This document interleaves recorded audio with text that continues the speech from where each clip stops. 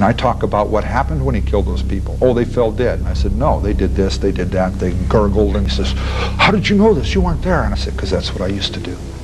I was in a jail cell right next to him for months, and I was in prison for going on 3 years with him. Little Herbie was, when I met him in Redwood City Jail, okay, our first meeting was I bumped him out of the priority cell. There was a shower in the priority cell. And I'd say, excuse me, Mr. Mullin. I says, do you have a bar of soap? There's no soap over here. He took it all with him. And he'd say yes, and I'd say, well, can I use a bar of it? He said, no.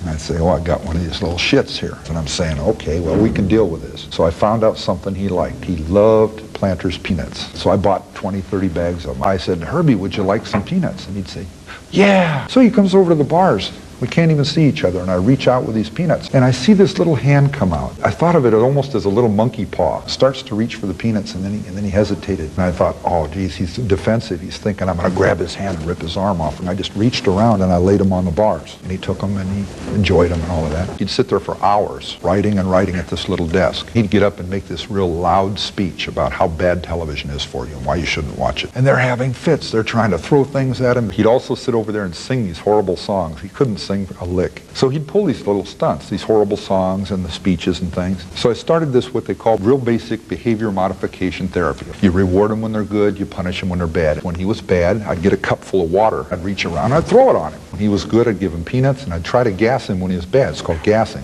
Throw this water on him. And he'd duck all over the house. I couldn't figure out where he was at, so I kept missing him. What I did is I waited one day till I knew he was asleep, or I suspected he was. And I called one of the guys over to the bars. And I said, shh. And I called him over to the bars, and I said, hey, I said, I want to work something out where I can get Herbie with these cups of water, and he can't figure out how I'm doing it. Very casually walk over. Don't look at me. Just casually walk over and drape yourself on the bars where he's at.